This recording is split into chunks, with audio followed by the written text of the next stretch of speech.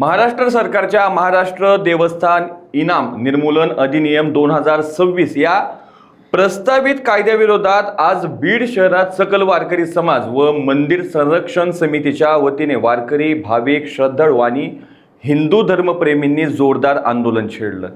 हिंदू धर्मातील पुरातन मंदिरे, देवस्थान, मठ, गड आणि संस्थानाच्या जमिनी संपुष्टात आणण्याचा सरकारचा डाव असल्याचा आरोप करत हा प्रस्तावित कायदा तात्काळ रद्द करावा या प्रमुख मागणीसाठी मंगळवारी म्हणजेच आज छत्रपती शिवाजी महाराज चौक ते जिल्हाधिकारी कार्यालय अशी भव्य वारकरी दिंडी काढण्यात आली आहे। जिल्हाधिकारी बीड यांच्या मार्फत मुख्यमंत्री देवेंद्र फडणवीस यांना निवेदन देखील देण्यात आलं। यात आपले राष्ट्रमाता आहे आणि महाराष्ट्र ही संतांची भूमी आहे। गुरुरे गुलेबाबा म्हणायचे महाराष्ट्रामध्ये आणि त्यात बीड जिल्ह्यामध्ये संतांचं उभं पीक आहे म्हणायचे।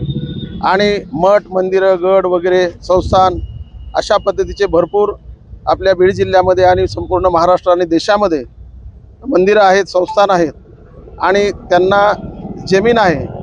आणि जी जमीन आहे त्या जमिनी त्याच देवस्थानाला कायमस्वरूपी राहाव्यात असा शासनाने निर्णय घेतला पाहिजे।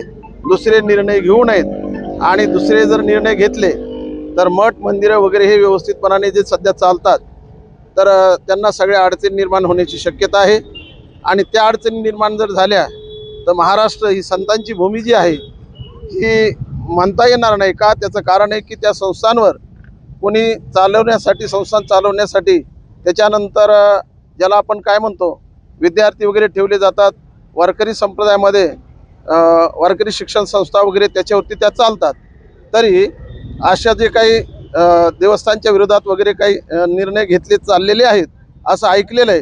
तरी माननीय मुख्यमंत्री महोदय आणि महाराष्ट्र शासनाला विनंती आहे की त्यांनी ते निर्णय जे आहेत ते तात्काळ मागे घ्यावेत आणि वारकऱ्याला आणि देवस्थानाला संरक्षण द्यावं ही सर्वांना प्रार्थना आहे। महाराष्ट्र सरकार जे देवस्थान निर्मूलन कायदा आणत आहे त्यामुळे देवस्थानाच्या ज्या जमिनी आहेत त्या जमिनी भूमाफ्यांच्या घशात जाणार आहेत आणि देवस्थान, मठ, संस्थान हे धर्माचे प्रसार केंद्र आहेत आणि हे प्रसार केंद्र जर भूमिहीन झाले तर वारकरी संप्रदाय हे आमचा धोक्यात येणार आहे।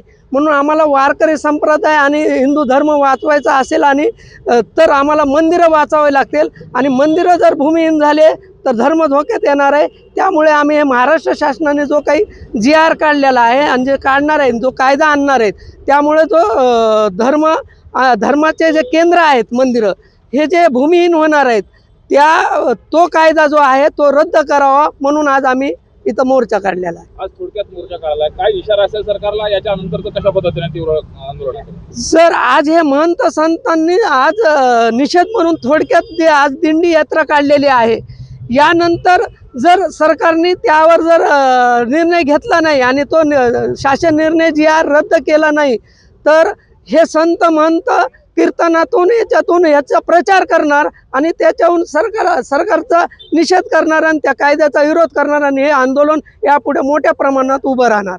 महाराष्ट्र देवस्थान इनाम निर्मूलन अधिनियम 2026 जो कायदा जो आहे तो देवस्थान इनामी जमीन जे आहे त्याच्यावर अतिक्रमण जे आहे, भूमाफिया आणि अधिकारी यांच्या संगनमतानं जमिनी घशामध्ये घालण्याचा प्रकार आहे। बीड जिल्ह्यामध्ये यापूर्वी बऱ्याच प्रकार घडलेले आहेत आणि बीड जिल्ह्यातील उपजिल्हाधिकारी शेळके आणि आघाव यांना पोलीस कोठडी भोगावी लागलेली आहे।